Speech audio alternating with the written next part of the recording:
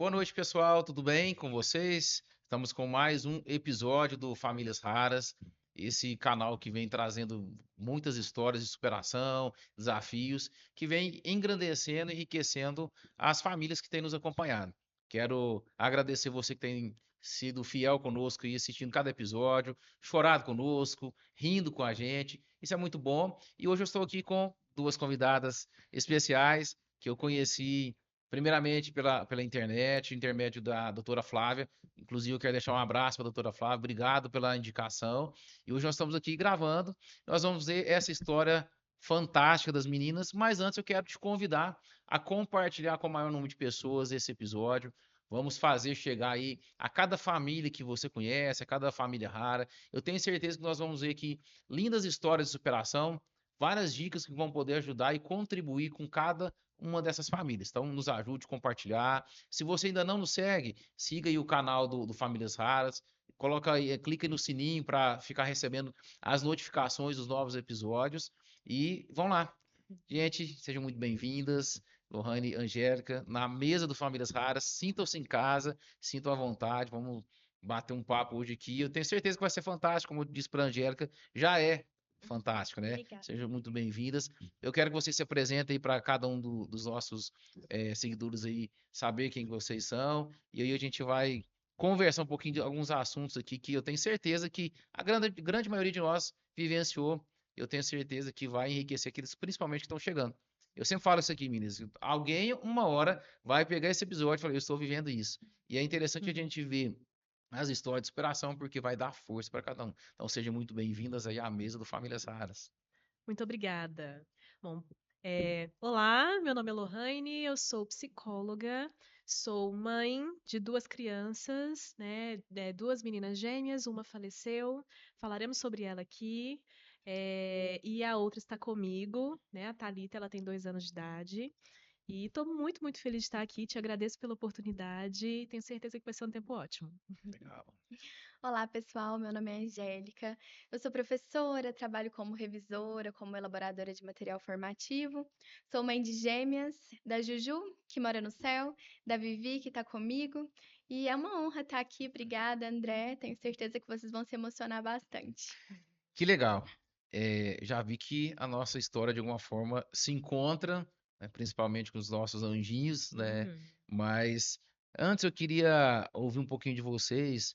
Como é que foi a jornada até vocês chegarem ali à UTI, os desafios? Eu queria que vocês contassem um pouquinho pra gente aí, pra gente conseguir entender a história de vocês. Foi a primeira gestação? Não foi? Como é que foi? Vamos começar com a Lohan e depois a Angélica Tá fala da ótimo. dela também. Bom, sobre gestação, sobre querer ter filhos, sempre foi uma certeza minha a vontade de ser mãe. Porém, eu não tinha ainda o clique de chegou a hora, até mais ou menos ali 2019, 2020. Ali eu comecei a sentir o instinto materno me dizendo: olha, chegou a hora, agora vamos tentar. Mas veio pandemia, né? Toda aquela situação. Tive muitos percalços aí no meio desse caminho e acabou que resolvi ter filhos em fim de 2021. Ali falei, olha, tudo bem, né? Vamos tentar. Só que eu tenho endometriose e tenho ovários policísticos, então eu já me preparei para esperar. Uhum, Eu fiz algumas consultas, fiz alguns exames, entendi que a minha situação era um pouquinho mais crônica e que provavelmente eu precisaria até de uma cirurgia, mas foi muito rápido. Eu comecei a tentar num mês e nesse mesmo mês eu engravidei. Então foi uma loucura, foi uma surpresa, assim. Me senti muito agraciada porque eu sei o quanto é muito, muito, muito difícil, né, para outras uhum, pessoas. Eu esperava também que seria difícil para mim. Mas a minha gestação, tive uma ameaça de aborto ali mais ou menos no segundo mês de gestação. Ainda não havia contado para as outras pessoas, né, a respeito. Esse foi o único problema grave que eu tive durante a minha gestação. Como eu descobri já no início que era gemelar, eu já entendi que era uma gestação de risco, então adaptei, né, a minha rotina para uhum. isso. Mas de restante, assim, foi uma gestação muito tranquila, apesar desse grande susto. E aí passaram-se os tempos, chegou ali no meu 7º mês de gestação, mais ou menos. Sou de humanas, então eu falo por mês mesmo, tá? Eu até lembro mais ou menos das semanas, mas eu prefiro falar por mês. Chegou ali mais ou menos no 7º mês de gestação. O médico, ele meio que entendeu que a coisa ali estava se desenvolvendo para um parto prematuro. Eu já imaginava que isso fosse acontecer. Então, me preparei para isso, tomei medicações para isso e tiro e queda, né?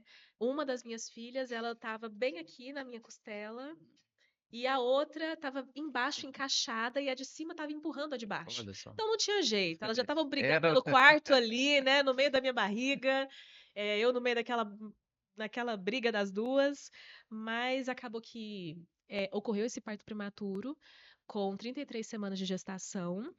E elas nasceram, assim, o médico ele falou, Lohane, come o máximo que você conseguir e tal, né? O menos possível de energia gasta, tentando fazer com que essas meninas Uhum. crescessem, mas não teve como, elas tiveram que passar pelo período de UTI para isso, para crescer. Uma nasceu com 390 e a outra com 450. Tô falando de quilos. E aí, elas ficaram lá, né, na UTI. Quando eu cheguei na UTI, foi um parto, assim, conturbado, mas apesar de muito conturbado, apesar de um parto difícil, não consigo te explicar como, eu estava muito tranquila. Eu sentia a equipe tensa, Uhum. né? Apesar de ser um parto tenso, deu tudo certo. Tive a oportunidade até de ter elas encostadinhas aqui no meu rosto por alguns segundinhos, né? Uhum. Não pude pegar, Uhum. mas senti o calorzinho assim delas por alguns segundos e elas foram para UTI e a partir daí é uma outra realidade, né? Aí a gente vai falar da Sim, sim. história. Então agora eu vou passar a palavra. E pra Angélica, como é que foi esse Aham. processo todo, né? Eu sei que passa um A filme na história nossa dela é um pouco cabeça, mais né? Só longa de que a ela minha. começar a contar, já começa a ficar apertado. Mas enfim, eu já fui tentante por 3 Uhum. anos. Eu demorei um pouco mais para conseguir engravidar. Descobri que eu tinha também endometriose, ovários policísticos, e muito difícil, assim, lidar com os diagnósticos e com aqueles testes negativos todo mês, que eu fazia vários testes, 10 testes, 20 testes por mês, gastei muito dinheiro fazendo teste, sempre negativo. Uhum. E aí eu cansei um pouco, cansei de tentar aquele tanto de protocolo e resolvi procurar uma clínica de fertilização in vitro. Uhum. E aí pesquisei bastante, procurei por pessoas nas redes sociais que tivessem feito, tivessem tido sucesso. Encontrei uma clínica em Ribeirão Preto e fui fazer minha primeira FIV, né? Minha primeira fertilização in vitro. E no processo a gente pode escolher se vai colocar um embrião ou 2. E eu já escolhi colocar 2, porque eu queria tanto ser mãe, que eu falei, já vem 2 de uma vez, era assim o sonho da minha vida mesmo, ser mãe. Uhum. E consegui na primeira transferência, na primeira TEC, eu já consegui o positivo, o que já era assim uma coisa muito boa, porque tem gente que consegue de 10ª, de 12ª, então eu consegui de primeira. Engravidei de gêmeas. Uma se chamava Júlia, a outra se chama Vitória.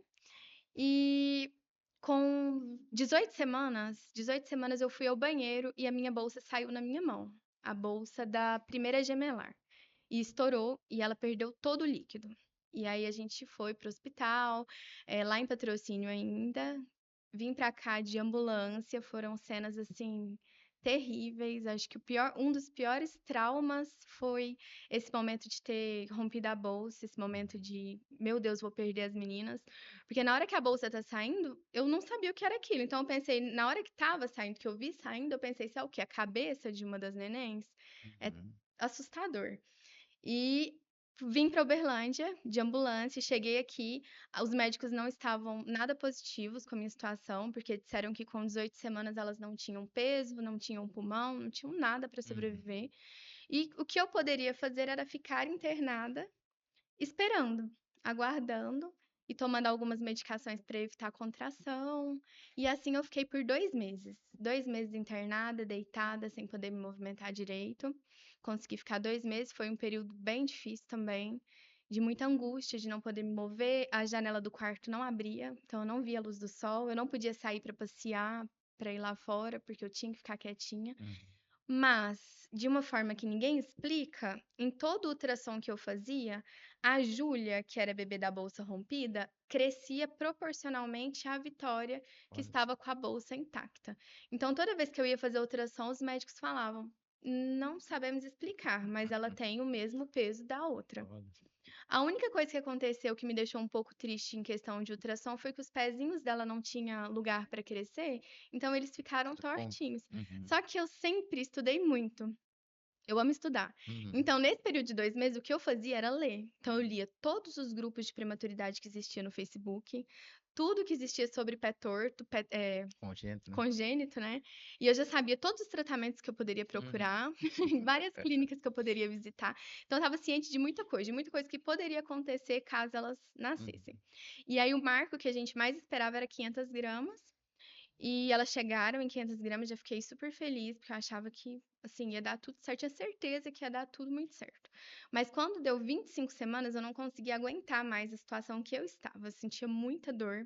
E a Júlia foi descendo, descendo. Era como se eu sentisse a dor do parto normal já, porque ela já estava Uhum. saindo, não estava dando para segurar. Enquanto estava internada, eu cheguei a colocar o pessário, que é uma peça para tentar segurar, mas não adiantou. E eu tive que ir para uma cesárea de emergência com 25 semanas, um dia antes de completar 25 semanas. E aí foi uma cesárea muito triste, também foi um momento muito traumatizante, assim, porque eles não tinham esperança. Ninguém tinha esperança. Então, foi triste porque eu sabia que ninguém ali estava aberto à possibilidade de dar certo. Uhum. Tava todo mundo muito, assim, negativo mesmo. E aí, quando elas nasceram, primeiro veio a Júlia, que já estava bem baixa, mas foi de cesárea. E aí, a doutora falou pra mim: olha, se ela estiver bem, eu vou deixar você ver ela. Se ela não estiver bem, eu vou precisar correr com ela pra UTI, tá bom? Aí eu lembro de só balançar a cabeça, em sinal de afirmação. E ela saiu e eu conseguia ver que ela estava do meu lado direito, mas não muito perto. E a primeira coisa que eu me assustei foi com o tamanho da cabecinha, porque era como se fosse uma mão fechada. Então, a hora que ela passou, que eu só vi a cabecinha de costas, era uma mão fechada. Eu falei, meu Deus, eu nunca tinha visto aquilo na minha Uhum. vida. Era muito pequena. E ela deu um breve chorinho, a médica olhou pra mim e perguntou: Você escutou? Eu falei, eu fiz o sinal de afirmação de novo, porque eu não conseguia falar, não sei por que eu não Uhum. conseguia falar. E chorando, chorando o tempo inteiro. E ela pegou e fez um sinal de não vai dar, sabe? Um sinal Uhum. ruim pra mim, assim, e abraçou ela com o coeiro e saiu correndo. Uhum. A outra, Vitória, nasceu e foi pra um pouquinho mais longe do que a Júlia estava. Uhum. Também me assustei porque eu via só o tamanho da cabecinha, e era uma cabecinha muito pequena. E aí o médico que ficou com ela, ele falou assim: "Nossa, ela tá saturando bem". Eu não sabia o que que era saturação, Uhum. mas fiquei feliz e, pelo que eu entendi, ele entubou ela ali mesmo. E enquanto a Júlia desceu para entubar embaixo, e pelo que eu entendi, não tenho muita certeza disso. E entubou ela ali mesmo, levou ela, o Samuel, meu esposo, foi atrás delas e eu fiquei na sala ali de cirurgia até terminarem de fazer os procedimentos comigo. Fui para aquela sala de recuperação, que é uma UTI, uma espécie de UTI, não sei. Não. Não, né? Só uma sala que a gente fica O pós-operatório. de É. pós-operatório. E sentia muitas dores, assim. Eu sentia dor o tempo inteiro. Muita dor. E aí eu fui pro quarto, o quarto que eu já estava morando há 2 meses, né? Uhum. E ainda com muitas dores, e elas foram pra UTI. Eu acho que eu posso parar aqui. Eu E aí lembro. começa outra fase. Vocês falando, eu lembro certinho, veio um filme, porque a Marina, no dia 4 de dezembro de 2020, a gente tava olhando. A mãe dela, na verdade, chegou pra gente finalizar o enxoval, queria passar alguns dias com ela aqui. E a gente foi cedo, né, lá no olhar. Depois do almoço, a gente passou pelo médico e falou: Ó, tá tudo ok. Nós vamos programar o parto do Samuel para começo de janeiro. Porque, de qualquer forma, a gente já vinha acompanhando pelos ultrassons, que tinha alguma deformação, suspeita de alguma raridade. E eu lembro que 5 horas eu estava na academia, a Mariana me liga: André, corre pra cá que minha bolsa estourou. Uhum. Ela estava no centro, foi em casa, tomou banho, pegou a malinha, a gente voltou para o hospital, 7 e pouquinho mais ou menos. Samuel nasceu da mesma forma. Ele foi entubado ali, já desceu direto para UTI correndo, eu fui atrás Vocês falam assim, vem o Sim. filme na minha cabeça aqui, né? Mas é interessante. E a gente veio também pelo processo, a gente fez o processo de FIV, tinha 5, 6 anos que a gente estava tentando. Dia 13 de março, 13, acho que foi 13 de março de 2020, dia 14, coisa 17 ou 18, coisa desse, decretou a pandemia. Aí parou, aí o doutor falou, nós não vamos poder implantar. Hum. No mês seguinte a Maria estava grávida. Veio métodos naturais, né?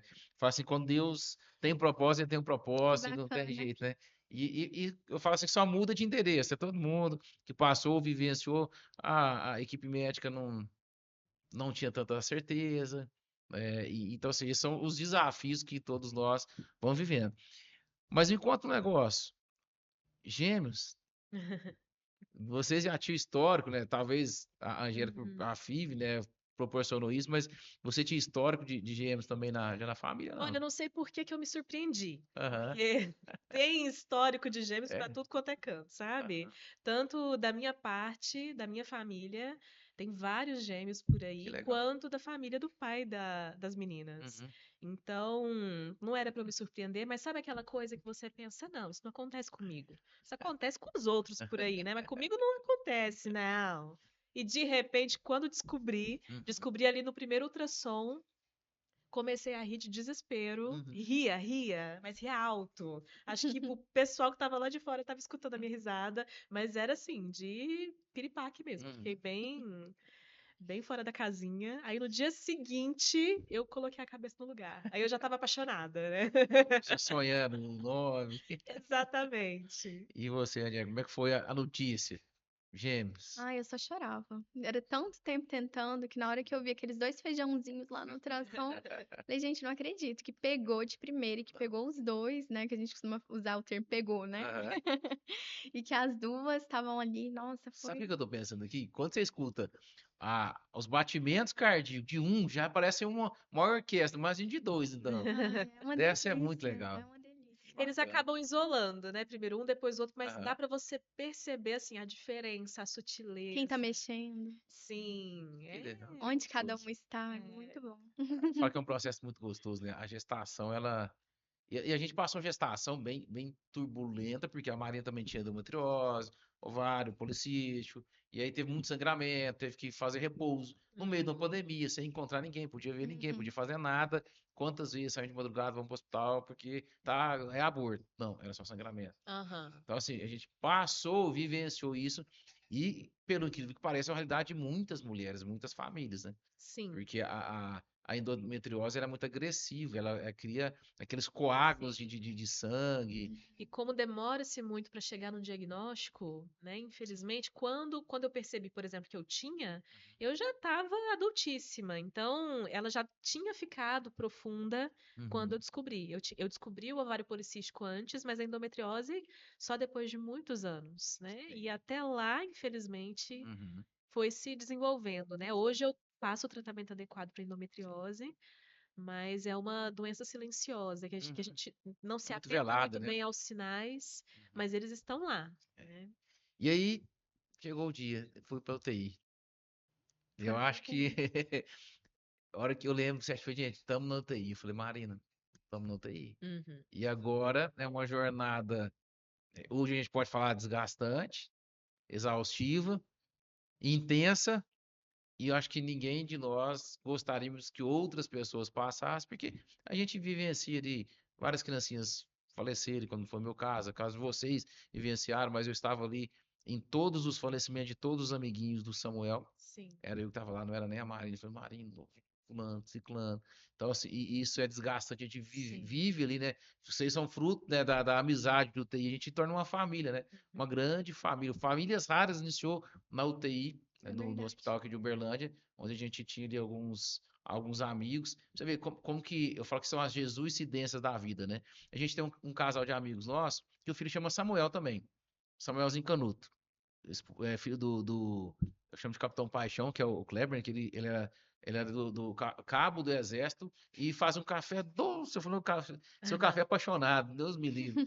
E a Gleice. Ela vai adorar. Eu não. É, E ela não.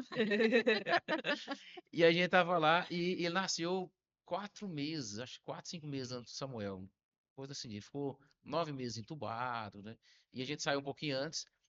O nosso Samuel fazia aniversário no mesmo dia do que o Davi, que é o filho mais velho dele, e ele faleceu no mesmo dia que o aniversário do Samuelzinho Canuto. Então, eu falo assim que a gente acaba, né, Deus acaba ligando, conectando aí pessoas por propósito, e começou comigo, com o Kleber, falando, gente, como que a gente pode ajudar famílias que estão aqui? A maioria vem de fora, qual o seu caso, não tinha lugar Uhum. para ficar, não conhecia Uberlândia. Então, a gente começou ali esse trabalho. Uhum. Eu queria que vocês contassem um pouquinho aí da experiência de vocês. Como é que foi, né, o primeiro dia, a primeira semana, como é que foi, quanto tempo foi de UTI, né, Uhum. antes a gente falar a gente fala depois do falecimento, mas quanto tempo, eu sei que vão ter experiências positivas, negativas, assim, é fato, todo mundo vivencia aí, mas eu queria que vocês contassem um pouquinho. Fala aí, Angélica, depois a Lohane conta pra nós também. Então, eu fui pro quarto depois da cesárea e o Samuel já foi com as meninas pra UTI. Eu já sabia, ou achava que sabia de tudo, Uhum, porque eu já tinha lido sobre tudo que poderia acontecer, já tinha visto vários depoimentos, principalmente em grupos de Facebook. Tem muito grupo de Facebook sobre a prematuridade com relatos muito extensos, com muitos detalhes. Então, eu já tinha lido, assim, quase todos que existia até aquela época. E aí, eu estava com muita dor, e a médica não parava de ligar para o meu quarto pedindo para eu descer. Só que tem um protocolo de que quem faz cesárea precisa ficar um determinado tempo deitada, não é assim, não pode levantar. Só que ela não parava de ligar para o meu quarto. E aí a enfermeira perdeu a paciência no fim, assim, no começo de fim de tarde. E o meu parto foi aproximadamente umas 11 horas da manhã. E ela falou: Angélica, a gente vai ter que descer, porque a doutora não para de ligar e tá acontecendo alguma coisa. Nesse momento eu já imaginei que estaria realmente acontecendo alguma coisa estranha. uhum, E aí eu desci, me colocaram numa cadeira de roda e ressalto que eu sentia muita dor. E aí desci, minha mãe foi empurrando a cadeira de roda e o Samuel já estava lá com as meninas. E aí, quando abriu a UTI, abriu a porta, me levaram primeiro na Júlia. E aí eu já estava toda ensaiada, já sabia tudo o que ia acontecer, já sabia que ela estaria entubada, então ela estava entubada. É muito diferente a visão que eu imaginei de uma bebê para a visão da minha bebê. Então eu me assustei de ver uma prematura extrema de 800 gramas ela tinha. Eu me assustei, mas eu conversei com ela. Eu falei, Júlia, seja bem-vinda. Você vai ser muito feliz aqui. A mamãe e o papai te amam muito. A gente vai fazer várias coisas legais. Falei um monte de textinho assim pra ela. Que Deus te abençoe. E fui pra ver a Vitória. Aí chegou na Vitória também, aquele susto, aquele baque de olhar pra neném. E não é a neném que você imaginava antes. Não tinha nenhuma gordurinha, né? Era aquela pele que não existia pele, na verdade, era gelatinosa, totalmente gelatinosa. Eu enxergava todas as veias dela. Enfim, falei com ela também, entubadinha. Vitória, seja bem-vinda, que Deus te abençoe. A gente vai ser muito feliz. Só que enquanto eu falava com a Vitória, ela mexia os braços e as pernas sem parar entubada. E eu percebi que enquanto eu conversava com a Júlia estava parada me olhando. E o Samuel, nesse meio tempo, não parava de chorar. E aí eu pedi pra minha mãe, mãe, eu quero voltar na Júlia. E lá na Júlia tava o doutor com ela o tempo inteiro, enquanto eu estava lá visitando. E na hora que eu voltei na Júlia, ele pediu para eu esperar um pouquinho lá de fora. Ele falou, mas pode esperar um pouquinho lá fora? Posso, com muita dor. Me tiraram lá de cadeira de roda e fecharam a porta. Você deve saber a sensação de fechar a uhum. porta da UTI. Então Ninguém quer que isso aconteça. foi a primeira vez que eu vi a porta da UTI fechar ali na minha cara, assim. E aí eu perguntei pro Samuel, eu falei, por que que você tá chorando desse jeito? Porque parece que já estava acontecendo tanta coisa. Eu falei, por que tá chorando desse jeito? Aí ele falou assim, é porque a Júlia teve uma parada de 8 minutos.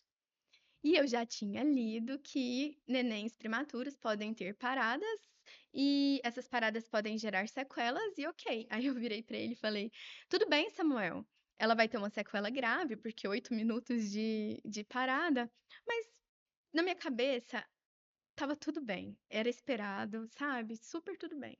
E aí eu entrei de novo. E aí eu falei que eu queria ir na Júlia, eu não conseguiria ir na Vitória de novo porque eu estava com muita dor. Aí eu cheguei pra virar a Júlia de novo e já percebi com um pouco mais de clareza o jeito que ela se encontrava. Ela estava imóvel, o olhinho dela estava fixo em mim e eu percebi que talvez o que eu queria não fosse o melhor pra ela. Então, não sei com que força, mas eu olhei pra ela e falei: "Meu Deus, faça o que for melhor pra ela. Fica com Deus, minha filha." Uhum. E saí. Momento.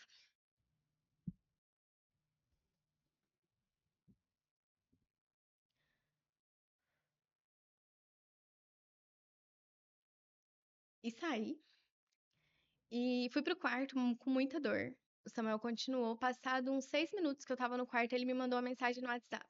Perdemos a Júlia. Você quer voltar? E eu, com muita dor, falei, não. E aí, a partir desse momento, a Vitória continuou lutando pela vida. A Vitória saturava 30. Olha só, 30. 30. E o Samuel voltou pro quarto. E o Samuel, ele viu a Júlia, ela sobreviveu 6 horas. Ele viu todas as fases da Júlia. Ele viu ela nascer, ele viu ela mexer os bracinhos, ele viu ela mexer as perninhas.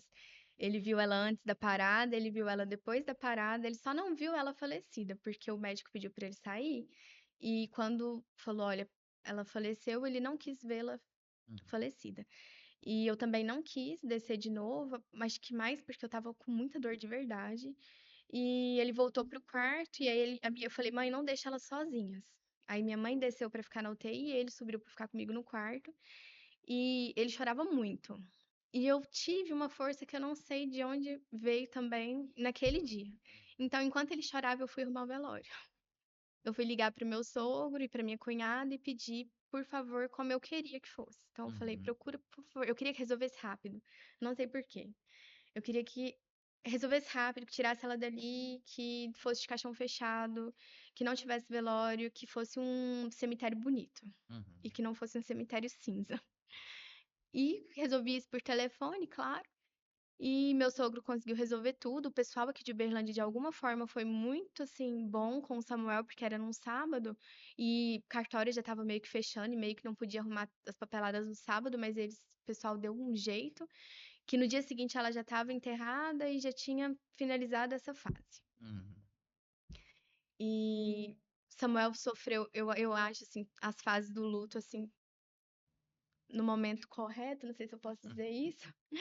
E eu fiquei firme. Hoje eu sofro muito. Parece que o luto veio pra mim no primeiro aniversário, no segundo aniversário, o O dia do aniversário. É. falecimento, O, dia das ani- crianças, dia e das o mães. aniversário é tão difícil, porque o aniversário é o falecimento e a vida, porque a Uhum. Vitória sobreviveu. Sim.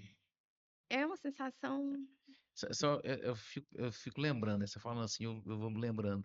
O Samuel faleceu, acho que se eu não me engano, uma quarta, o próximo domingo já era Dia dos Pais. Então, marca muito a gente, né? Por mais que passou-se 2 anos e quase 2 anos e 4 meses já aí, mas é vivo. Por Uhum, mais que eu sei que o luto tem todas as suas fases, tem tudo, mas querendo ou não, ainda fica, né? Aquela imagem bonita, uhum. né, Mas de todos, mas realmente fica aquela dor. aquela dor. É. E a gente vai aprender a conviver com ela, Uhum, não de uma forma negativa, mas que deu força, por exemplo, para a gente começar o que a gente começou. uhum. É. E o bom de conversar com quem já passou por isso é que a pessoa que já passou por isso, ela não te fala, vai ficar tudo bem, não fica assim, não. É pior, as perguntas que eu falo assim que eu entendo o outro lado também que não tá vivendo o que a gente viveu, mas como é que você tá? Uhum. É, E tem. Vai às ficar. vezes é uma expectativa de que as coisas, né? Não, mas vai melhorar, né? Porque, por favor, não sinta essa tristeza.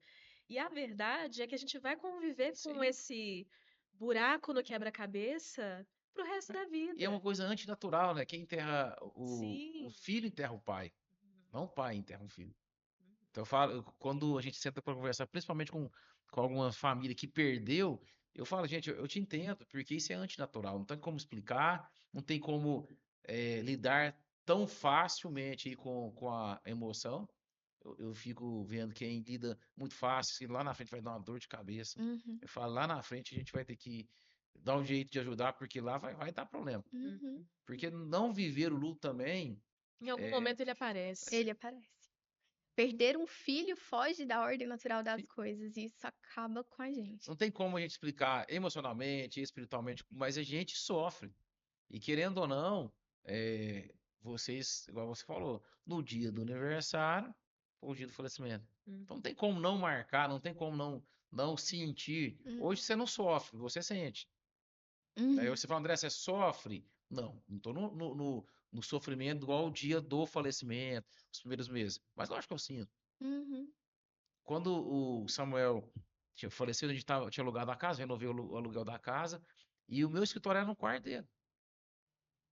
Então, assim, para o André lidar com isso foi muito difícil. uhum. passar por alguns desafios. No começo eu tive que fazer muito forte para ver se eu ajudava a Marina a sair do lugar que ela entrou. Depois eu sabia que eu iria viver, estudei, eu sabia que as coisas eram as fases, sabia que iria viver, mas realmente é uma coisa, eu falo que é uma coisa misteriosa falar de luta, porque Uhum. só quem viveu para poder falar, né, nós três conseguimos, mas eu te entendo. É uma É força, uma, é só Deus que dá é, força para é nós, uma não tem, força que vem do alto, não tem não tem como. explicação. E sem ele é impossível. Eu diria que sem ele seria impossível. Eu não aguentaria. Lidar com emoção sem Deus é a mesma coisa de coisas passageiras, né? Uhum. Porque você não tem fundamento, segundo você vai sustentar a sua emoção, se você não tem o firme fundamento. E a Bíblia diz que Jesus é a pedra angular, então é nele que nós temos que colocar as nossas emoções. Uhum. E não é uma coisa fácil, a gente vai fazer isso todo dia, toda hora, todo Uhum. momento que a angústia, traz angústia pro coração, né? Eu vivo isso até hoje. Samuel faleceu 10 de agosto de 2022. Já passamos Aniversário 2 anos. próximo agora. Uhum. Aniversário, dia 4. Então, assim, a gente vivencia. Eu falo assim que esses dias são dias cinzas. Dias Uhum. cinzas. Uhum. E o Samuel faleceu num dia. Sabe aqueles filmes que a gente vê que tá chovendo? Vai morrer alguém no filme ali? Uhum. Foi exatamente o dia do Samuel. Chovendo. Eu lembro que quando a médica deu pra nós o veredito mesmo que ele faleceu, tinha dois pombinhos subindo, um menorzinho e um maior. Eu falei do marido, o Samuel foi embora. Ela falou, como? Ela, assim, acabou de ir embora. Eu vi. Então, eu vejo que falar sobre o luto também é importante pra gente ajudar pessoas, né? Sim. Nossa, eu sinto muita falta de ter com quem conversar sobre o luto. E nós temos uma outra, e isso é muito bom, assim, acho que é uma das coisas mais valiosas da nossa amizade, é poder conversar abertamente uma com a outra sobre isso, mas é muito difícil achar uma pessoa além de nós duas. É muito complicado. E pra você, Lu, conta pra nós. Bom, Cheguei na UTI. só antes de ir para o Cheguei na UTI, você falou sobre ter chovido. Uhum. E quando a Laila faleceu, também choveu muito, sabe? Assim, e aí uma amiga minha, uma grande amiga minha, Luana, fez um poema para ela escrito. O título do poema era Ela Choveu. Então me lembrou na Nossa, hora disso. legal. Mas então vamos lá. Cheguei na UTI. Inicialmente, o que o médico que me acompanhou ali, né, o meu obstetra, foi ele que fez o parto. Ele me disse: Olha, elas nasceram realmente com um peso abaixo, né? Menos de 2 quilos, vai para UTI. Então elas vão para lá para pegar peso, tudo bem? Tudo bem. Então eu já coloquei aqui na minha cabeça, eu tenho uma mente prática. Uhum. Eu me preparo para o que eu tenho que fazer, economizo energia e vou lá e faço, sabe? Eu me programo. Então falei, certo, é isso que temos para viver. Essa vai ser minha maternidade. Liguei a chavinha, fui. É, Já entendi que eu teria uma forma diferente de lidar com a amamentação, né? Eu não teria minhas filhas ali junto comigo, eu teria que descer, né? Aguardar todo momento de tomar o tal Você do não teria o banho. resguardo. Justo, não existe resguardo, né, para uma mãe de UTI, porque ela tem que descer e subir o tempo todo e ficar lá, porque eu não ia ficar sentada, eu queria ficar ali, ó, junto, né, olhando. É, o meu pós-operatório foi um pós-operatório também tranquilo, apesar das minhas teimosias, foi um pós-operatório tranquilo. E aí me programei para isso então, né? E senti as faltas, senti as perdas, por exemplo, de ouvir no quarto do lado o bebê chorando e não ter as minhas filhas ali comigo, de ficar me perguntando o que estava acontecendo com elas. De ter que esperar esse tal desse banho e ficar agitada na cama e a enfermeira brigar comigo. Desse jeito você não vai mesmo, não, porque você fica aí agitada, né? Se acalma. Até que eu fui lá, vi as meninas pela primeira vez, né? A Thalita, ela todas já estavam ali paramentadinhas com a sondinha e tal, né? Fizeram umas roupinhas de esparadrapo, né? Porque Uhum. nem o que eu tinha trazido, que era pequeno, não servia. Lá ela estava com um capacete de oxigênio, então não estava entubada, até então tudo certo. A Laila tinha nascido com mais dificuldade, tinha ficado ali cianótica. Cianótica significa arroxeada, né? Uhum. E, e até então era isso. Uma nasceu ali com mais dificuldade, a outra tá tudo bem. Eu olhei muito pequenininhas, 33 semanas. Descobri que para UTI isso é maravilhoso, né? Uhum. Porque quando eu falava, quantas semanas? 33. 33 é tranquilo. Não, com Uhum. 33 você tá super bem. Você nem tinha que estar aqui. Foi uma coisa que me espantou. Sim. Ao mesmo tempo, eu fui aprendendo ali, né, a viver naquele lugar. Uma coisa que me deixou assim muito abalada foi que Thalita era vista como uma criança raivosa na UTI. Ela era tida assim como um bebezinho brabo, Bravo. porque realmente assim ela deixava muito claro, ela era pequena, mas ela era ouvida, né? Ela deixava muito claro que ela não estava gostando de alguma coisa. E certo dia eu peguei ali, observei Thalita quando estava na troca. Eles deixaram ela um pouquinho sem a sonda, sem as paramentações. Minha bichinha dormiu, feito uma, sei lá, um anjinho, sabe? Uhum. Assim, dormiu bem, dormiu tranquila.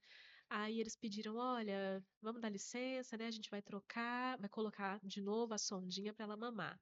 Voltei a bichinha se esgoelando. Eu falei, gente, ela só não quer ficar assim, ela tá com dor, não sei, Uhum. ela só tá desconfortável, porque não era isso que era para estar acontecendo com ela. Ali me pegou. Ali eu pensei, ou eu realmente mudo minha cabeça e entendo que aquela maternidade que eu imaginei não é a minha maternidade, ou eu vou ficar louca aqui. Então, esse foi um momento também de virada Uhum. de chave, sabe? E aí, tudo bem. Fiquei lá, né? Me preparei, tudo. Aí deu uma semana mais ou menos de UTI.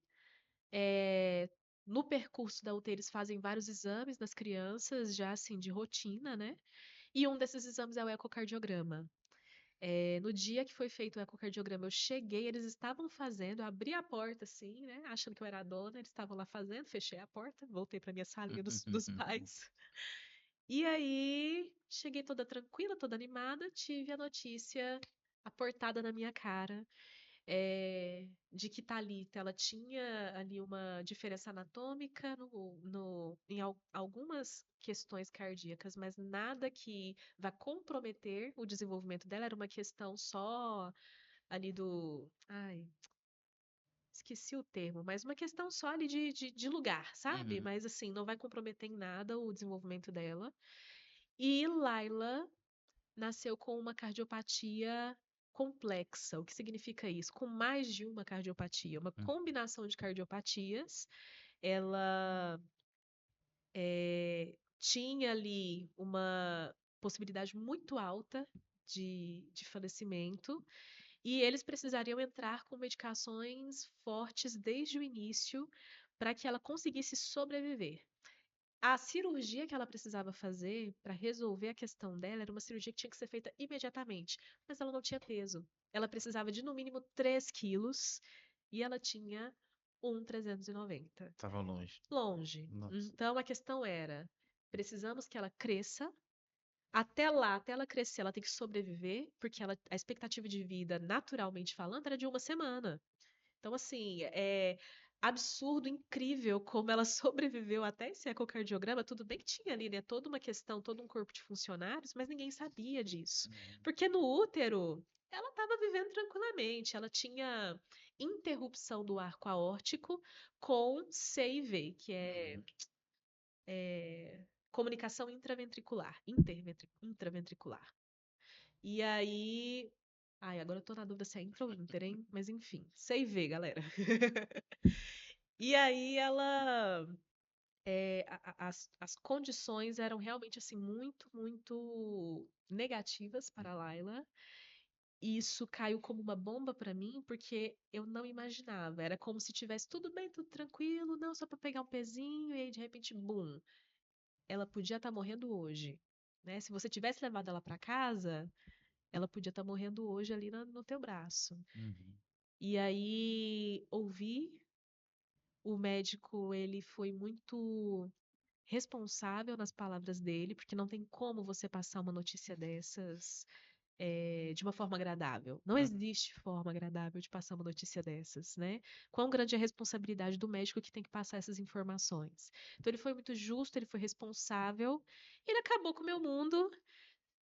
Ouvi, fiz as perguntas que eu precisava, engoli, e aí ele saiu da sala, eu saí quase que atrás dele para achar um ar, Uhum. né? E aí esse foi o meu primeiro talvez não o primeiro, mas o meu maior grande baque. E a partir dali eu falo que eu vivi o meu processo de luto. A partir do momento em que eu soube, minha filha tem grandes chances de morrer, eu já comecei a viver meu luto ali. Ali eu acho que foi o início da negação, e a partir dali eu fui desenvolvendo aí as outras fases. Não que eu achasse que ela iria morrer. Eu fui, talvez, aqui arrisco dizer que eu fui a maior acreditadora de que ela iria sobreviver, de que ela iria viver. E por isso ela viveu. Ela viveu por 6 meses e 10 dias. 6 meses, 10 dias. 6 meses e 10 dias. Ela viveu. Essa menina queria viver. Ela quase morria quase todos os dias, né? Ai, uma palavra que eu odeio é a tal da Intercorrente? intercorrência. Jesus Cristo, que giriza dessa palavra. Mas ela, se teve uma coisa que ela teve foi intercorrência. Eu fui a pessoa que fiquei lá por mais tempo, né? Acaba por conta da rotina. Eu estava de licença maternidade, então conseguia ficar lá mais tempo. Então eu peguei essas quase mortes a maior parte das vezes. É, E nessa, ao mesmo tempo em que foi extremamente traumático, zona de guerra, passar por aquilo, exatamente ao mesmo tempo, eu tive a oportunidade de ver o quanto a vida é cara. Uhum. Vendo aquela criança que tinha acabado de nascer, que não sabia o que era vida, e ao mesmo tempo era encantada pela vida a ponto de lutar tanto por ela. E assim, acabava a intercorrência, ficou roxa, ficou preta, e tudo, né? Medicação, adrenalina, tchá. De repente, 5 minutos da menina rosa dormindo, tranquila, Como sossegada, se e a gente nada aqui, tivesse ó, acontecendo. E a gente? ela lá plena, tranquila, eu pensando, gente, olha isso, né? Então, aprendi demais com Laila. Poderia falar sobre Laila aqui uma semana, então vou Uhum. parar por aqui. Mas esse foi o começo do pesadelo e, ao mesmo tempo, de viver a casa da minha filha. Uhum. É um sentimento agridocíssimo. Uhum. Ao mesmo tempo que eu amo aquele lugar de verdade. Eu sei que é estranho, tá? Eu Uhum. sei que é estranho falar isso. Mas ao mesmo tempo que eu amo aquele lugar, porque era a casa da minha filha, foi ali que ela viveu. Exatamente ao mesmo tempo, aquilo marcou a minha vida e me Uhum. traumatizou também. Sim. Inevitável, né? Não tem como não traumatizar, né? Eu falo que quem já passou dias, semanas, é desafiador. A gente tá com um caso de uma amiga nossa também que a criança nasceu com prematura extrema, que fala, né? Sim. 800 e poucas gramas, assim, vivendo aquele desafio, rins não estavam funcionando. Hoje está aí com mais de 90 dias de UTI, já assim, de UTI não, que nasceu, já está tá no berçário. Se o próximo passo é casa. Eu lembro que eu sempre falava para ela, chama Isabela, eu falei, Isa, vai dar certo, acredita, só acredita. Uhum. Eu sei o quanto é desafiador, eu sei o quanto é desgastante, você não teve resguardo, você é profissional liberal, você teve que abandonar sua profissão para estar lá. Aí você tá lá, você quer passar mais tempo e você já não tem físico que aguenta mais. Então, assim, são as fases que a gente vive lá, né? Uhum. Conta pra mim aí, vocês duas, pelo menos um ponto positivo e um ponto eu vou nem falar negativo, porque é uma palavra muito difícil, mas um ponto de desafio que vocês viveram ali que realmente marcou, talvez que uniu vocês, né, ali na UTI. Você acabou de contar um que, sim, já fala o ponto desafiador, mas um ponto legal, um positivo, algo que você aprendeu lá, que fez você mudar o seu pensamento, sua maneira de olhar a vida, né? Hum. Quer responder? Não. Vai jogar pra mim, né? O que você tem o que dizer? É, Sobre ponto positivo, eu acabei de falar um que foi, acho que talvez o maior, né, que é de entender a importância de fazer essa vida ter sentido. Eu sempre fui apaixonada por isso, pela palavra sentido. As coisas têm que fazer sentido, a minha vida tem que fazer sentido, mas a Laila, ela me ensinou isso de um jeito, assim, não tem como voltar atrás, sabe? Assim, e aprendi também a entender muito mais a equipe que trabalha numa situação daquelas, né? A equipe que trabalha numa situação de UTI, de urgência, de emergência. Como eu falei, né? Depois que eu estive cara a cara com isso, eu compreendi muito mais certas coisas. Como a gente às vezes precisa criar um um estômago mesmo frio, assim, para lidar com essas situações, porque a minha filha morreu e eu morri junto com ela. Não é que eu quase morri, não. Eu morri Uhum. junto com ela e eu fui ressuscitada. É, e eu tive uma perda. Tudo bem que foi a minha filha, né? E tem Uhum. toda essa questão, mas eu tive uma perda. As equipes, elas perdem quantas crianças? E elas perdem a criança agora e elas têm que cuidar das outras 5 que Uhum. estão ali esperando. Então, entendi isso de um jeito muito mais profundo, Uhum. né? Esse foi um aprendizado prático, assim, que eu tive para a vida, de compreender isso. E para mim, a maior lição foi essa, de essa vida, a minha vida, ela é cara, eu estou aqui, é um privilégio, é um presente e eu tenho que fazer isso valer a pena, sabe? De ponto negativo, talvez não negativo, como você falou, né? Desafiador?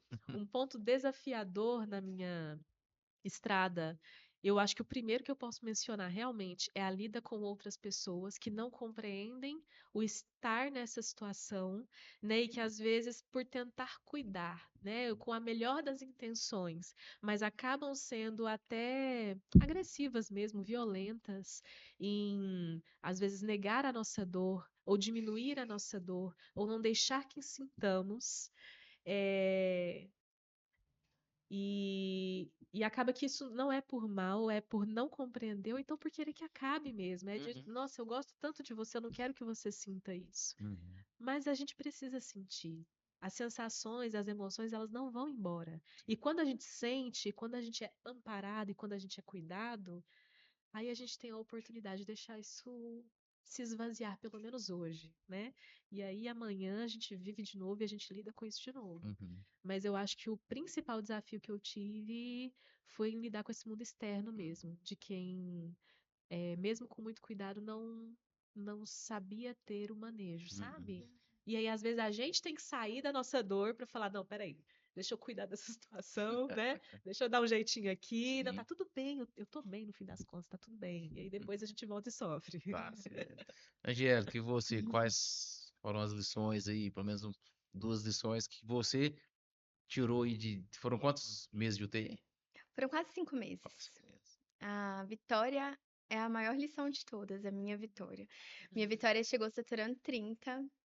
E depois que tudo passou, muita gente da equipe de enfermagem confessou pra mim que achava que não ia dar certo, mas muita gente mesmo. E ela teve 10 infecções, foram 10 transfusões de sangue, ela ficou 104 dias entubada, ela fez uma cirurgia de hérnia, ficou um bom tempo no catéter nasal. Que mais? Vixe Maria. Ela fez Ela, tudo que se ela, podia fazer no é, momento. o doutor, Ela e Laila brigavam de quem era a mais É. intercorrente, né? De quem é. tinha mais A intercorrente. Vitória foi a grave por um tempo, a mais grave da UTI, que sempre tem, né? Eles Uhum. sempre falam em voz alta, a mais grave da UTI, fulana. A mais grave da UTI chegou a ser a Vitória, depois a Laila chegou, era a mais grave da UTI, era lá, elas brigaram por um tempo. E Deixa eu só fazer um parêntese, desculpa, mas falando dessa história de mais grave, eu tinha na UTI muitas vezes, né, a paciente mais grave que era a Laila e a paciente mais tranquila que era a Thalita. Então, assim, o agridoce, ele entrava todos os dias na minha vida, porque era assim, ó, vai passar lá notícia, né? O médico vai lá dar as notícias do dia. Então, Laila quase faleceu ontem, teve apneia, teve que entubar de novo, tirou o tubo, ela própria tirou o tubo, ficou nervosa, teve que botar o tubo, difícil demais, não sei o quê, não sei o quê, não sei o quê. E a Thalita tá aí, né, menina? Era isso. Então, assim, eu ficava muito feliz. Cresceu do não sei quantas gramas, e a outra quase morreu de novo. E Uhum. era esse agridoce aí todos os dias, todos os dias. Desculpa, pode falar. Mas era. E a Vitória teve convulsão, a Vitória queimou o pé com o sensor de monitorização da saturação, ficou com o pé preto, quase perdeu o pé. Então ela teve apneia severa, ela teve tudo que um prematuro extremo poderia ter. O médico, que era o xodó dela, assim, na verdade ela era o xodó dele, ele sempre falava, a Vitória é o pacote completo. E era muito difícil, claro, pra mim, né, passar por tudo isso. Então, algumas vezes eles mandaram a gente embora com o pé no chão. Chamou a gente na salinha, né? Quem é pai de UTI sabe que chamar a gente na salinha não é bom sinal. Se eles derem a notícia de perto de todo mundo, ok. Chamou na salinha, é bem cruel. e chamava a gente na sala e falava: olha, a gente tá chamando vocês aqui para vocês irem embora com o pé no chão, porque a gente já fez tudo que poderia ser feito. E a Vitória mostrava que não, né? E teve um episódio assim mais marcante, é que realmente já tinham feito assim quase de tudo por ela e a saturação não subia de forma alguma. Nessa época ela saturava 60 e a gente estava sempre feliz quando ela saturava 70. Então a nossa felicidade era ela saturar 70. E ela estava saturando 60 e não conseguiam sair disso. Então precisavam abusar toda hora. E aí chamaram a gente na salinha e falaram que estava muito complicada a situação dela. E a gente foi embora muito, muito, muito desesperada, assim. A gente foi embora com medo de verdade. E uma doutora, que a gente chama carinhosamente de doutora Luz, chegou na madrugada e inventou de montar um robô. Eu costumo falar que ele é um robô, uma máquina gigante, que se chama óxido nítrico. E ela montou essa máquina gigante do lado da Vitória. E no outro dia eu cheguei lá e tinha 3 bebês e a Vitória com uma máquina gigante do lado dela. E eu falei, gente, o que é isso? E ela tava saturando ali 70, 80, que era o muito bom pra gente. Então, quando a gente foi conversar com ela, ela falou pra gente que, na verdade, quem é soberano ali é Deus. Uhum. E essa frase marcou o resto da minha trajetória de UTI. Soberano aqui é Deus. Então, por mais que me dissessem mil e uma outras coisas, soberano ali era Deus. E Vitória superou muita, muita coisa. A gente teve alta com quase 5 meses de UTI e ela me ensinou que tudo é possível. Ela fortaleceu a minha fé, ela me mostrou que é possível ter esperança e que não só é possível, como é preciso ter esperança nessas situações.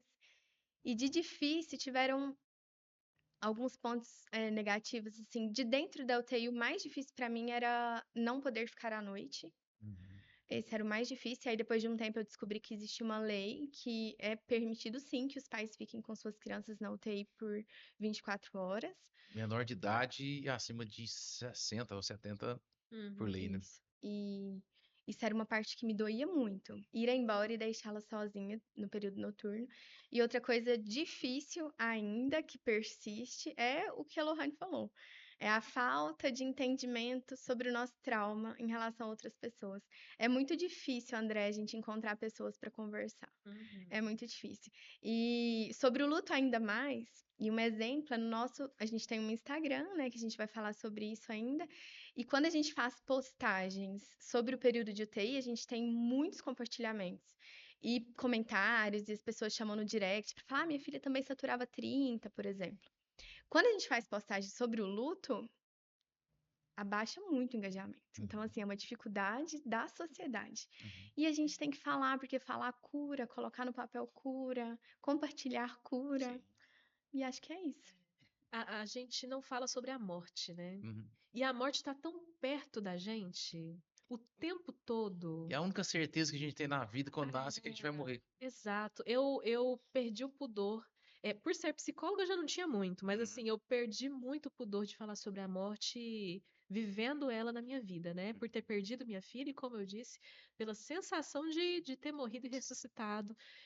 Perdi completamente o pudor de falar sobre a morte. Eu até falo para as pessoas que não tem problema se eu me emocionar. Uhum. Se eu estiver falando com alguém sobre isso e eu me emocionar, tá tudo bem, Uhum. né? Faz parte, mas eu quero falar sobre isso. E dessa forma aqui, ó, Sim. sabe? Porque é assim, é natural Uhum. desse jeito. Sim. Não é natural enterrar um filho, mas é natural que a morte aconteça. E a Uhum. gente tem que lidar com isso. E quanto menos a gente fala, menos a gente se prepara, Uhum. né? E é interessante porque quando a gente começou o Famílias Raras, a nossa primeira proposta era acolhimento. Uhum. Acolhimento para famílias. Porque a gente viu desde a gestação até o luto, a gente viveu todas as fases. Internação, reinternação, home care, é, infecção, fungo, UTI, toda Aham. criança As pega, superbactérias. super bactérias. A oração de Deus, não deixa o telefone trocar de madrugada, Sim. que ninguém quer receber um telefonema do hospital de madrugada. Então, são várias fases, situações que a gente vivencia. E quando a gente falou, vamos fazer o acolhimento. E aí começou a aparecer algumas famílias em luto. Tá perdendo, tô perdendo. E aí a gente começou a observar uma outra, como você mesmo disse, uma outra situação que a gente tem um grande despreparo, independente seja qual o meio que a pessoa convive, de falar do luto. Uhum. Porque, como você falou, a gente não precisa falar da morte, a gente pode falar do luto. Uhum. Como isso foi importante, tem sido importante, e uma das, acho que é das maiores barreiras que nós precisamos quebrar, especificamente falando de luto, é levantar a mão e falar, olha, eu tô sofrendo. Uhum. Eu lembro que eu fiz uma entrevista junto com a Tânia, uma amiga nossa, e foi justamente no luto. Ela foi lá fazer, quando o Samuel estava vivo, ela foi fazer da, do Dia das Mães, queria uma mãe de uma criança rara, e do luto ela fez comigo. E eu lembro que eu falei uma frase assim: olha, a gente precisa viver o luto. E precisa doer.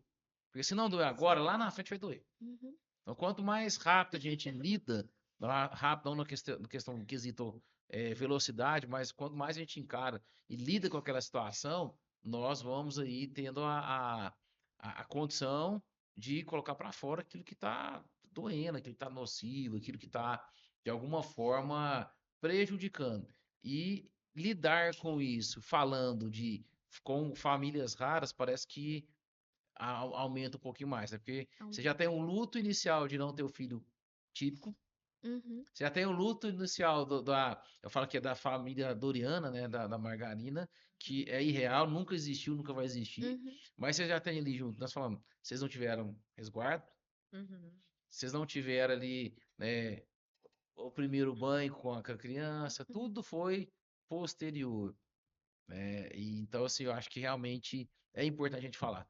Sim, E por que que eu fiz a pergunta das experiências da UTI? Porque tenho certeza que do outro lado tem um monte de gente que vai assistir que vivenciou isso. sim. E de alguma forma tem dificuldade em expressar, em colocar para fora e falar. Como a Angélica falou, não temos muitos ambientes propícios para falar sobre isso. E eu acho que Seguros, né? seguros. Quando a gente faz a nossa roda de conversa aqui, eu gosto sempre de trazer uma pessoa que não tem um filho especial Hum. para entender como que é complexo a realidade de uma mãe que está com um filho acamado, ou tem uma síndrome que não tem cura, Hum. ou é degenerativa. E a sociedade entender que os raros estão na sociedade, fazem parte de forma visível ou invisível, porque Uhum. existe a raridade interna também que muitas pessoas não conhecem, mas que a gente precisa ter um olhar mais empático e acolhedor. Com certeza. E muitas vezes a nossa lente está tão suja que a gente está olhando do outro lado com tanta dificuldade na nossa vida e tem tantas mãezinhas aí, paizinhos que estão sofrendo lá na UTI. Nesse momento nós estamos falando que tem pais ali que estão passando por tudo que a gente já passou. Uhum. E como é desafiador você estar ali do lado, perder uma criança, um amiguinho, Isso é muito.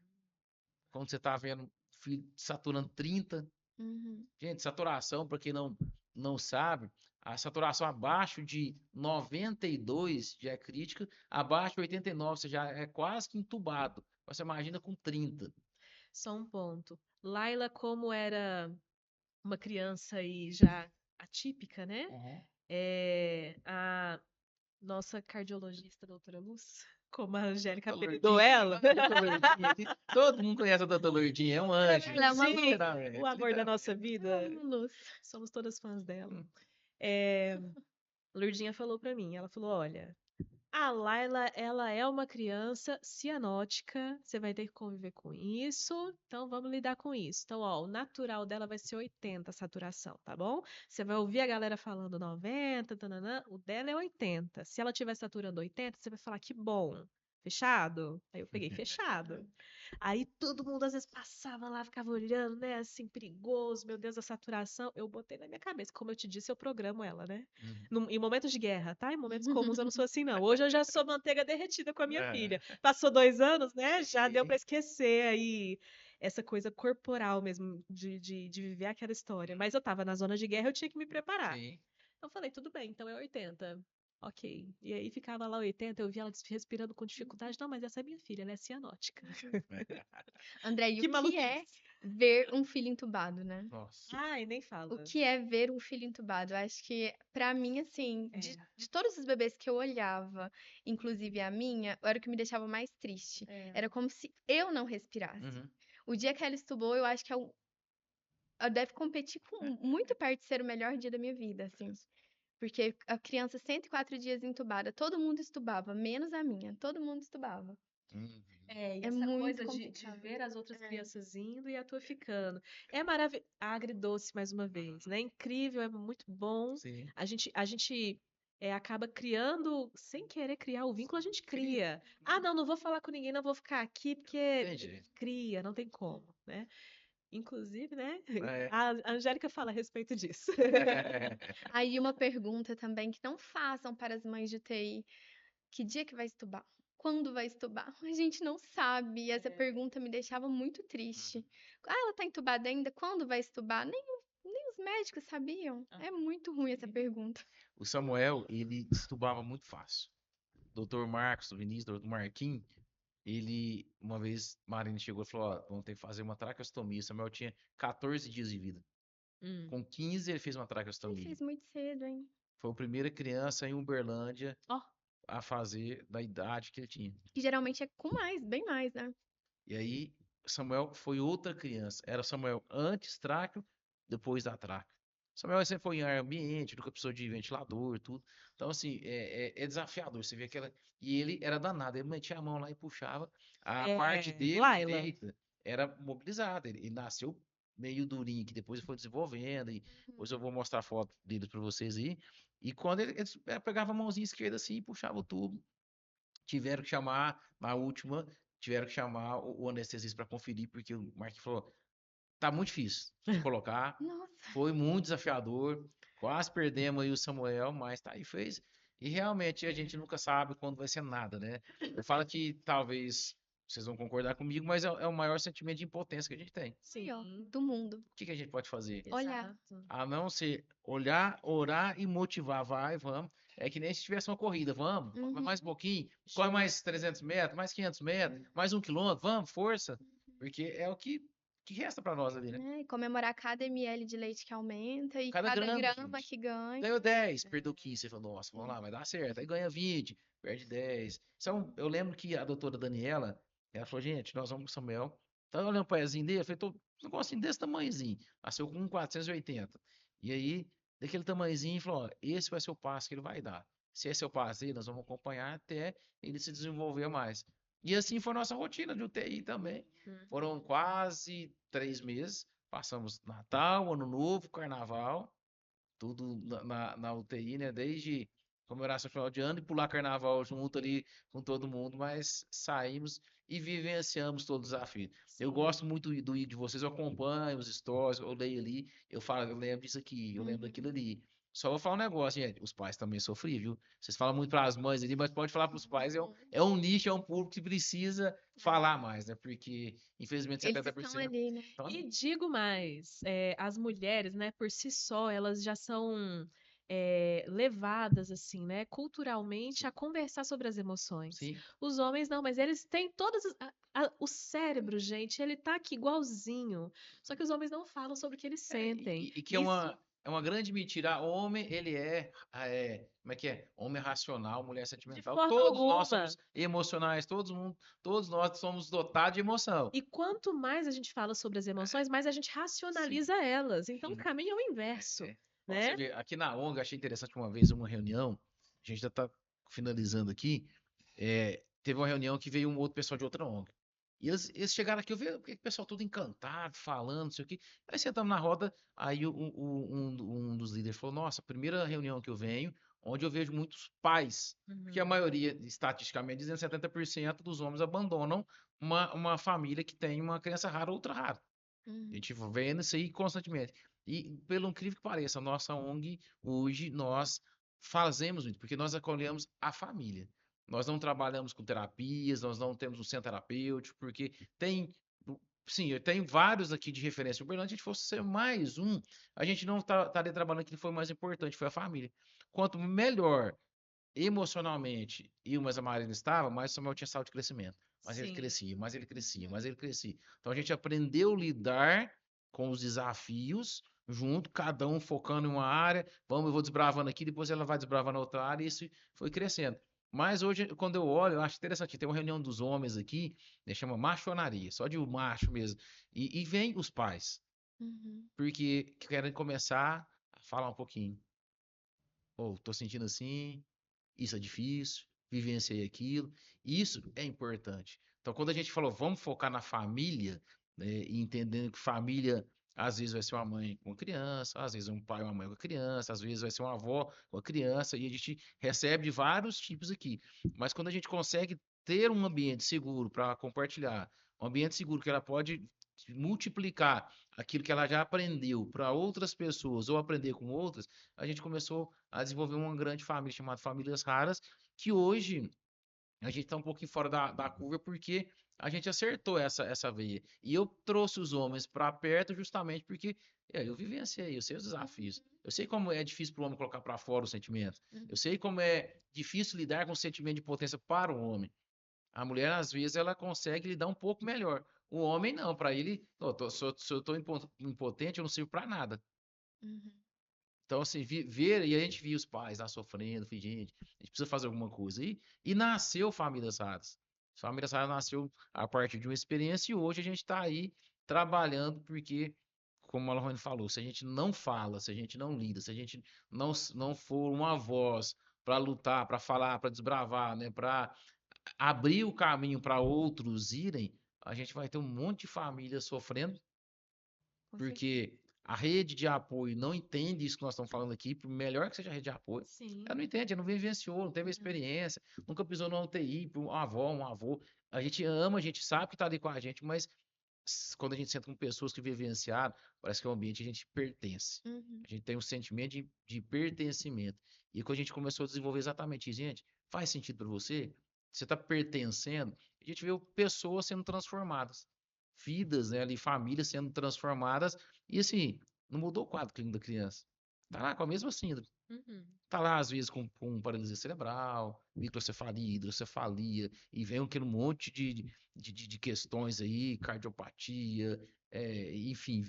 Mas eu acho que o importante é a gente compartilhar, porque essa ferramenta que nós estamos usando hoje, chamada podcast, ela alcança muita gente. O uhum. Instagram de vocês alcança muitas mães. Vocês vão vendo feedback e usar a nossa experiência, aquilo que a gente viveu, para compartilhar, isso vai gerando vida, né? Uhum. A informação, ela gera vida. Ela salva a vida, na verdade. É, e o É isso, sentimento de não estar sozinho é muito bom, né? exatamente. Meninas, é bom conversar, né? Deixar a Uhum. gente vai muito longe aqui. Eu quero convidar vocês para estar um próximo bate-papo, a gente falar do projeto de vocês, né? Mães de UTI. Eu acho que é legal a gente compartilhar como que aconteceu, o que vocês recebem, igual você falou que um pouquinho de, né, algumas perguntas. Eu acho que é legal para a gente enriquecer e talvez uma mãe, um pai que vai ouvir e vai lembrar, falar, nossa, vivenciei isso aqui, tô com, igual no meu caso, vou dar o meu exemplo aqui, eu passei para a Isa, o IG de vocês, e ela falou, me chama de chefe, chefe, isso aqui eu tô vivendo, isso aqui eu tô vendo. E é muito interessante a gente ver isso aí, e o quanto foi importante para ela. Ela nunca viu vocês, ela viu o IG, e hoje já tá lá vencendo, a Cecília já tá prestes a sair, ela falou, nossa, as meninas vai falando, eu tô vendo exatamente aquilo, foi exatamente aqui, foi daquele jeito, daquela forma, foi importante isso. Então, eu queria convidar vocês para voltar para a gente falar. Eu achei importante, né? A gente contou um pouquinho da história de vocês, isso já enriqueceu bastante o nosso quadro. A gente tem um quadro chamado Histórias de um Amor Raro, onde vocês vão estar, onde a gente vai colocar o episódio de vocês, e a gente fala só de histórias de superação das famílias. A primeira história foi uma criança que ela tem uma raridade, foi adotada, os pais resolveram adotar, veio de um Uhum. processo que não conseguiam engravidar, resolveram, sabiam de todos os desafios, né? Thalita e Ricardo adotaram o Lucas fez 4 anos, dia 2 de dezembro. A gente comemorou junto, Uhum. a gente viu todas as fases, então é legal a gente contar, como nós contamos um pouquinho da nossa experiência na UTI, mas eu queria convidar vocês para contar da experiência do IG de vocês lá, do projeto, do propósito. Aí eu sei que tem livro, eu sei que tem muita coisa aí, vou deixar vocês depois falar, mas eu queria agradecer vocês aí pela participação, pelo esse tempo aqui, foi muito produtivo. E queria que vocês deixassem um recadinho aqui, ó, para cada pai, cada mãe que vai estar assistindo, aquilo que Sim. tá no coração de vocês, uma palavra de apoio, de superação, que fiquem à Uhum. vontade aí. Bom, grande prazer, muito obrigada por ter recebido a gente aqui. Voltaremos com muito prazer, tá bom? E se eu posso, assim, dar um recado, eu poderia dar tantos, mas se eu posso dar um, é de que realmente, assim, a gente precisa entender se você é uma mãe, se você é um pai que está numa situação de UTI, eu acho que é importante que a gente entenda o seu tamanho, o seu valor e a sua importância na vida do teu filho. Como a gente conversou aqui, vem esse sentimento de impotência, mas a verdade é que a gente é tão, tão, tão importante para as nossas crianças. Quando eu estive nesse lugar, eu entendi que o meu propósito não seria o de dar banho, de alimentar, né, de dar o peito, de fazer o que uma maternidade típica me cobraria. A minha importância e o meu valor seria de observar atentamente a minha filha, de descobrir antes os sinais que antecipavam as intercorrências, de dar para ela todo o suporte, o amor, o carinho, o afeto, o toque, se eu pudesse tocar, a voz o tempo todo, para fazer com que a minha filha gostasse de estar ali, para que ela quisesse estar ali, para que ela abrisse o olho e me visse. E isso é de um tamanho gigantesco. Então, não subestime o seu tamanho e o seu valor dentro de uma UTI, sabe? Não subestime o seu tamanho e o seu valor como mãe e como pai. É isso que eu posso falar para você. Obrigada, André, foi ótimo, tá super combinado o nosso segundo encontro. E eu vou deixar um recado para todas as mães e pais de UTI. Minha Vitória nasceu com 700 gramas, eu escutei muitos nãos durante a nossa trajetória. Mas a frase Deus é soberano é o que eu queria deixar para você. Você pode escutar qualquer coisa, mas mantenha-se firme na fé e na esperança e na frase de que Deus é soberano e tudo ele pode. E é isso. Gente, obrigado mais uma vez. Foi muito enriquecedor, né? Lembrei muito da minha fase lá, mais da Marina com o Samuel. E é legal, é importante a gente trazer à memória aquilo que nos dá esperança, segundo a Bíblia, né? E ver ali a superação do Samuel, você contando das meninas de vocês. Isso mostra que a gente pode superar os nossos desafios. E você que está aí nos assistindo, eu queria deixar uma palavrinha para você também. Não perca a esperança. É um dia de cada vez. Não cria ansiedade de datas, de momentos. Vive um dia de cada vez. Cada dia é uma vitória. Celebra, avança. E como as meninas contaram aqui, pode ser desafiador, mas Deus é Soberano. soberano. E essa é uma frase muito legal. A nossa frase era: Ele faz, Ele desfaz, Ele refaz, Ele é Deus. E a gente vai vivenciando essas vitórias que a gente está compartilhando aqui hoje, porque realmente a gente sabe que tem um propósito. E vou ficar muito feliz recebendo vocês depois para a gente falar do propósito de vocês, para ajudar mais pessoas, a gente poder compartilhar juntos, porque é importante.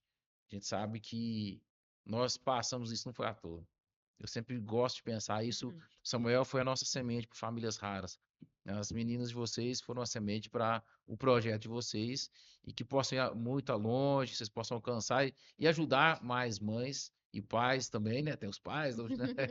Porque é desafiador esses dias aí. E eu tenho certeza que a cada post, a cada vídeo que vocês colocam ali, isso traz um refrigério para aquele que está pesado, sobrecarregado ali. Obrigado pelo compartilhar de vocês e vocês obrigado por ter ficado conosco até agora e nos ajude, compartilhe. Você conhece um pai, uma mãe que está com seu filho na UTI, compartilhe aqui.